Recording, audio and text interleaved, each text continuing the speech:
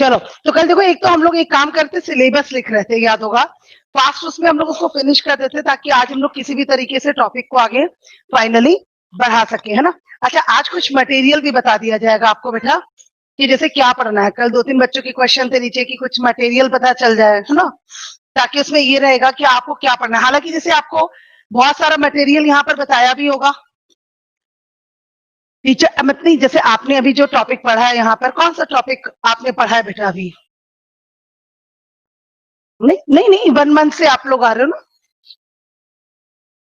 तो कुछ मटेरियल तो पता चला होगा ना आपको। फर्स्ट ऑब्वियसली जो फर्स्ट क्लास आपकी रही होगी, तो कुछ मटेरियल पता चला होगा उसमें। ठीक है ठीक है। तो मैं मटेरियल भी बता दूंगी जिसमें इकोनॉमी के लिए ही नहीं, वो सारे टॉपिक्स के लिए ही आपको बहुत अच्छी तरीके से काम आएगा, ठीक है।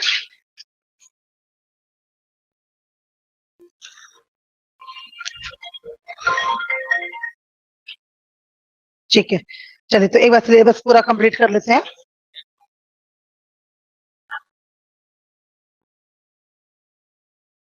हाँ, तो कल लास्ट टॉपिक क्या था बेटे, बताना मुझे।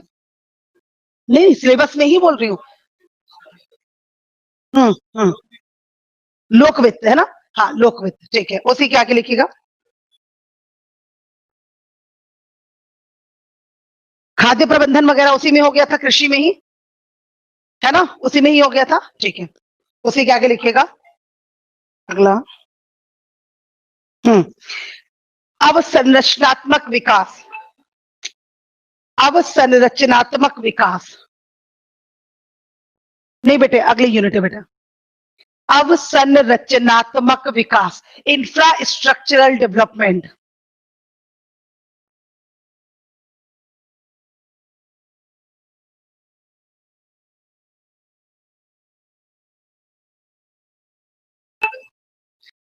अवसंरचनात्मक विकास, उसमें देख लेते क्या आएगा।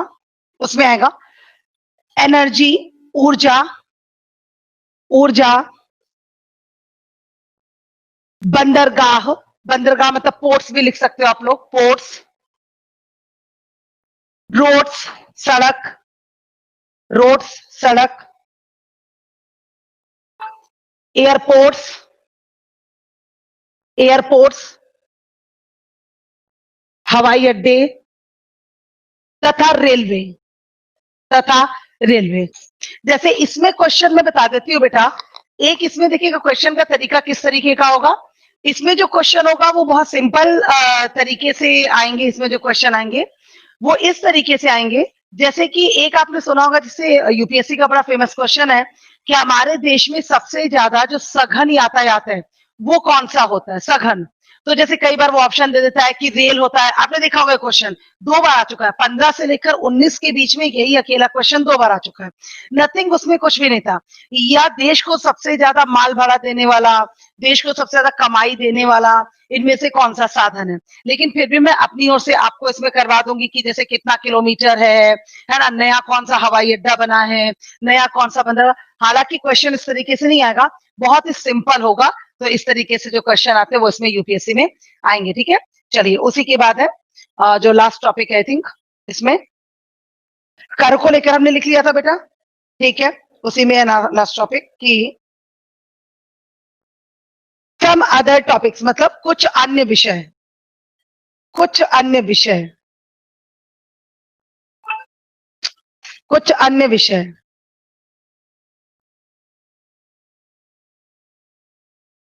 जैसे कि PDS, PDS public distribution system, हाँ, comma TPDS targeted public distribution system, TPDS, TPDS, ठीक है ना बेटा, ठीक है। नेक्स्ट, नेक्स्ट, लूफोल्स, मतलब पीडीएस की कमियां, पीडीएस की कमियां, लूफोल्स ऑफ द पीडीएस, पीडीएस की कमियां, ये क्वेश्चन बहुत इंपॉर्टेंटली आता है। हाँ, पीडीएस की कमियां,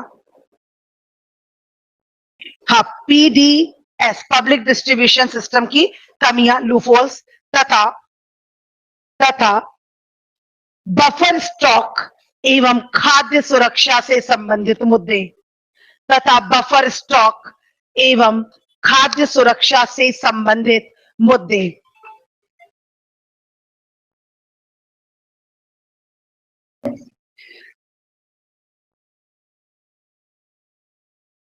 हाँ, खाद्य सुरक्षा से संबंधित मुद्दे, ठीक है।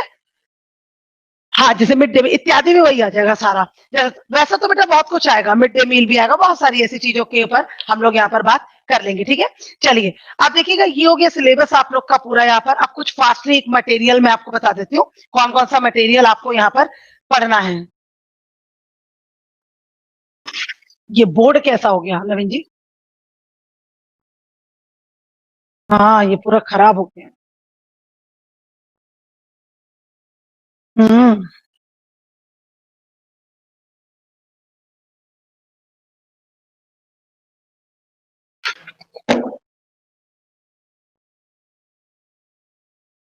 चलिए, इसमें देखिएगा पाठ्य सामग्री।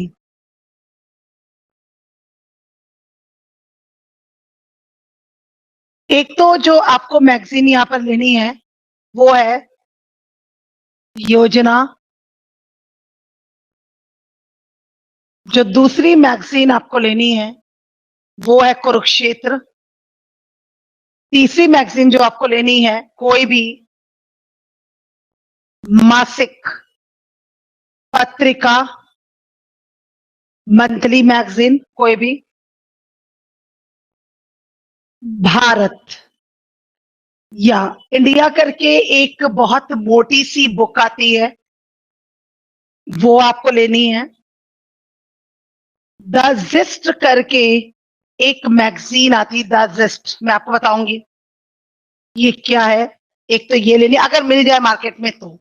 और अगर हम लोग चिंतक के नाम पर यहाँ पर बात करें या ऑथेंटिक थिंकर के नाम पर बात करें तो बहुत सारी पुस्तकें हैं, जो है रमेश सिंह की भी है, लाल एवं लाल की भी है, दत्त व सुंदरम की भी है। और इसी प्रकार से अंत में बात करें तो संजीव वर्मा इत्यादि भी बहुत सारे थिंकर्स है जो मार्केट में अवेलेबल है आपके लिए, तो वो भी बुक है, ठीक है। अच्छा, ये जो पूरा, मैं हट गई हूँ यहाँ से, जिनको नहीं दिख रहा होगा। अच्छा, ये जो पूरी मैगजीन है ये ऊपर तक का, मैं इसके बारे में बताती हूँ आपको, आप पहले इसको नोट डाउन कर लो। इसको जरूर नोट डाउन कर लेना बेटा, वरना ये अंतिम तक आपके माइंड में कंफ्यूजन बना रहेगा। दिख रहा है बेटे? दिख रहा है? नहीं दिख रहा? मैं लिख दूं, मैं बता दूं। हाँ, मैं बता रही हूँ। योजना को, ये बीच में ये आ रहा होगा ना, योजना कुरुक्षेत्र, कुरुक्षेत्र कोई भी मासिक पत्रिका के नाम पर आप पीडी ले सकते हो, प्रतियोगिता दर्पण ले सकते हो, क्रॉनिकल ले सकते हो बेटा, जो भी आपको सूट करती हो। कोई दृष्टि की भी पढ़ता है, कोई ध्येय की भी पढ़ता है, कोई निर्माण की भी पढ़ता है। वेदांता वालों की भी अपनी मंथली मैगजीन होती है, तो वेदांता वाले को जो दे रहे हैं उसको भी आप यहाँ पर पढ़ सकते हो। डजंट मैटर, वो आपकी इच्छा है, पर मेरी ओर से जो आपको प्रिस्क्राइब्ड रहेगी वो मेरी ओर से रहेगी। जैसे दृष्टि की बहुत अच्छी है, देखिए गलत बात नहीं मैं यहाँ करूंगी, बेशक हम वेदांता में पढ़ा रहे हैं, उसमें कोई ऑब्जेक्शन नहीं है। दृष्टि की मैगजीन बहुत बढ़िया मैगजीन है, ठीक है। शुद्ध यूपीएससी के बच्चों के लिए दृष्टि उस मैगजीन को निकालता है, जो उसकी अपनी मंथली मैगजीन आती है, ठीक है। इसी तरीके से अगर हम लोग यहाँ पर बात करें तो योजना और कुरुक्षेत्र इंडियन गवर्नमेंट की अपनी मैगजीन है, ठीक है। भारत सरकार की मंथली मैगजीन है, जो लगभग 15 से 20 रुपए की कीमत में मार्केट के अंदर अवेलेबल होती है। और यह जो पुस्तक है सिर्फ इकोनॉमी के लिए ही इंपॉर्टेंट नहीं है बेटा, खासतौर से सुन लो, ये उसके साथ साथ सारे विषयों के लिए अति उत्तम है और सारा नॉलेज ये आपको यहाँ पर प्रदान करती है। और यूपीएससी की अगर मैं कम से कम में आप बच्चों के साथ बात करूं यहाँ पर अपने अनुभव को लेकर, तो 8 से 10 क्वेश्चन सीधा योजना और कुरुक्षेत्र से आते हैं, डायरेक्ट मोड में सीधा, जैसा वहां पर दिया हुआ है, ठीक है। इसके बाद में बताऊंगी यहाँ पर क्या छूट रहा है, वो छूटा नहीं, मैं बताऊंगी। फिर मासिक पत्रिका का हो गया, योजना और कुरुक्षेत्र दो अलग अलग मैगजीन्स हैं। भारत करके एक बड़ी मोटी सी बुक आती है, शायद आपने सुना होगा किसी बच्चे ने, आपने हमेशा सुना होगा, कोई टॉपर बात करता है, कोई एस्पिरेंट बात करता है, तो आपने सुना होगा वो हमेशा भारत की बात करता है कि मैंने इंडिया पढ़ी है। लेकिन इंडिया जो पूरी बुक एक्चुअली उसकी कमी क्या है कि वो जब आती है तो इंडियन गवर्नमेंट की है, प्रॉपर इंडियन गवर्नमेंट अपने डेटा वहां पर हम लोग को सबमिट करती है। तो वो जो बुक आती है ना बेटा, वो लगभग मार्च तक आती है, ध्यान से सुनना। अब बुक तो बहुत जबरदस्त है, लगभग 20 से 25 क्वेश्चन सीधा इंडिया से होते हैं, 20 से 25 क्वेश्चन सीधा इंडिया से आते हैं, मैं बता रही हूँ। इतनी मोटी बुक होती, इतनी मोटी बेटा, इतनी मोटी, लगभग मोदी गवर्नमेंट में तो और मोटी मोटी होने लग गई है, वो लगभग इतनी इतनी होने लग गई है। मैं बता रही हूँ आपको, क्योंकि योजनाएं भी बहुत आ रही है इनकी, भयंकर काम हो रहे हैं, ठीक है, अच्छे हो रहे हैं, जैसे हो रहे हैं उससे अपन को मतलब नहीं, लेकिन काम बहरहाल बहुत सारे हो रहे हैं, बहुत सारे चेंजेस हो रहा है। तो लगभग इतनी मोटी बुक आती है। तो अगर लेकिन आप उसको पढ़ने की कुव्वत पैदा कर सको अपने अंदर, लेकिन आपको पता है कि तब तक पीटी का पेपर आ चुका होता है आपके सर के ऊपर, जून में लगभग बेटा, कैलेंडर के अकॉर्डिंगली। तो बच्चे के लिए वो बहुत ही भारी भरकम काम हो जाता है। ध्यान से सुन लेना बेटा। लेकिन अगर आप पढ़ लेते हो, अब आपकी शिद्दत है कि अगर आप फरवरी तक सपोज दैट अपना पूरा सिलेबस कंप्लीट करके बैठे हो, मान लो, या मार्च तक, तो 2 महीना 1.5 महीना सफिशिएंट है आपको उसको पढ़ने के लिए, और वो आपको सिर्फ पीटी के लिहाज से पढ़नी है। बाकी फरवरी तक आप अपनी मेंस की तैयारी कीजिए, और पीटी के लिए आपको ऐसे यू नो वेरी वेल पता है कि सिर्फ आपको 2 से 2.5 महीना पर्याप्त है, if you will be the sincere.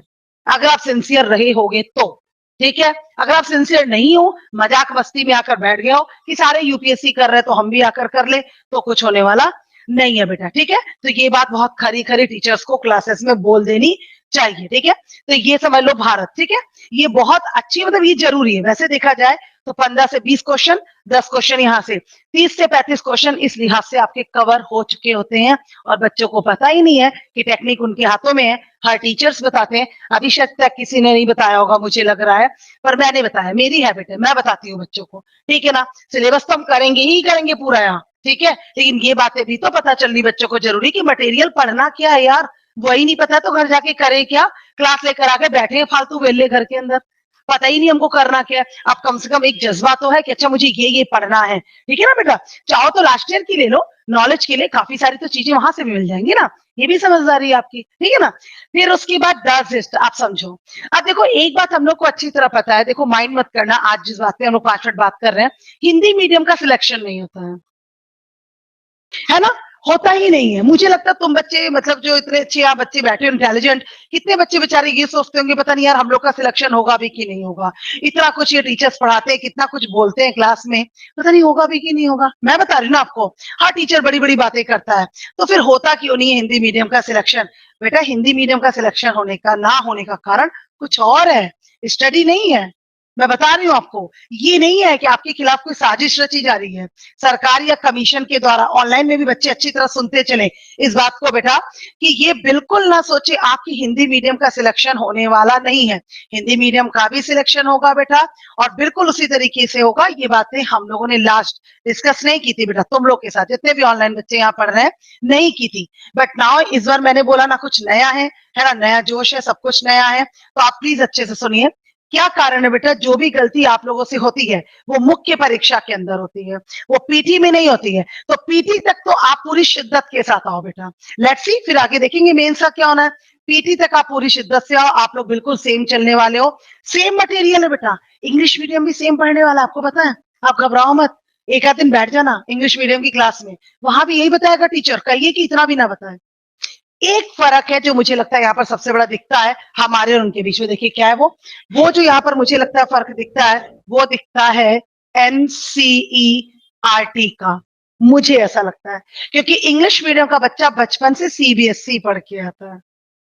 मानते हो कि नहीं मानते हो, हम लोग बोर्ड के बच्चे हैं, हम भी बोर्ड के हैं, हम यूपी बोर्ड के बच्चे हैं। मैं बेसिकली यूपी से ही बिलोंग करती हूँ, पूरी एजुकेशन यूपी से हुई, तो हम यूपी बोर्ड के बच्चे थे, ठीक है। यूपी, बिहार, राजस्थान, हरियाणा बोर्ड के बच्चे होंगे, गुजरात, छत्तीसगढ़, झारखंड बोर्ड के बच्चे होंगे। हम बोर्ड के स्टूडेंट्स को एक्चुअली सीबीएसई नहीं पढ़ाया गया, आपको पता है, हमने नहीं पढ़ा सीबीएसई, हमने पढ़ा है बोर्ड, ठीक है। और बोर्ड का जो लेवल है देखो बेटा, बहुत अच्छा होता है, पर लेकिन उससे थोड़ा अलग होता है। टफ और इजी की बात नहीं है, टफ ज्यादा बोर्ड होता है। लाइक यूपी बोर्ड सबसे टफेस्ट बोर्ड माना गया इंडिया के अंदर। अगर आप यूपी बोर्ड पढ़े हो तो आपकी वैल्यू कुछ और होती है कि यूपी बोर्ड बच्चा पढ़ के आया है, लेकिन वैल्यू वहां पर घट जाती है क्योंकि वो जो किताबें पढ़ रहे हैं इंग्लिश मीडियम की, वो कंपटीशन के अकॉर्डिंगली पढ़ रहे हैं। वहां पर सरकारों ने उन किताबों को उसी तरीके से बना रखा है। तो जैसे कि अब मैं यहाँ पर आपको जो बताऊं कि 9th 10th 11th की एनसीईआरटी आपको पढ़ना जरूरी है। किसकी किसकी? 9th 10th और 11th की मस्ट, आपको मस्टली बेटा, आप अच्छे से कान खोल के सुन लो इस बात को। आप, मैं बता रही हूं, इसके बाद मैं ये भी बोल दे रही हूं, अगर नहीं पढ़ते हो तो सिलेक्शन नहीं होगा, स्पष्ट बोल दे रही हूँ पहले दिन की क्लास में अपने इकोनॉमी टॉपिक के लिए।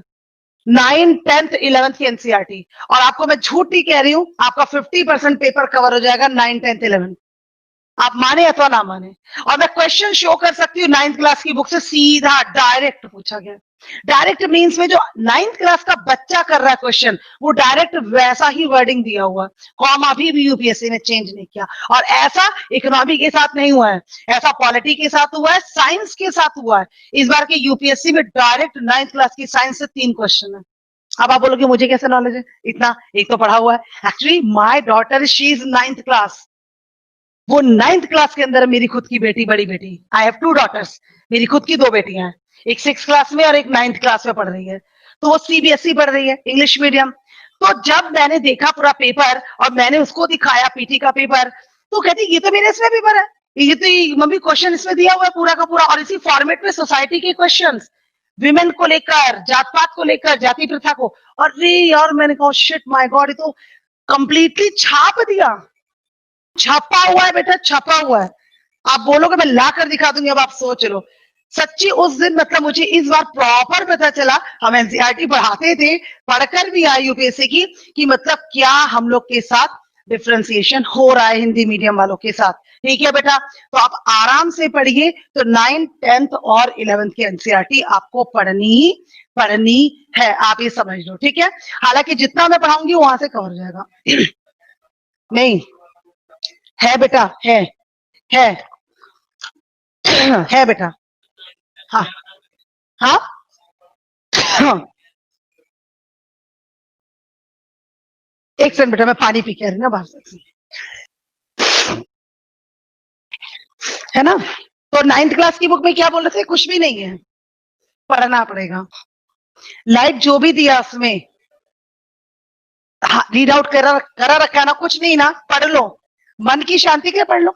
मैं बोल तो रही हूँ, पढ़ लो, मन की शांति के लिए पढ़ लो। मैं मान रही हूँ कुछ नहीं है, मिलेगा तो ऐसा लगेगा 10th में भी कुछ नहीं, मैं ये भी बता रही हूँ।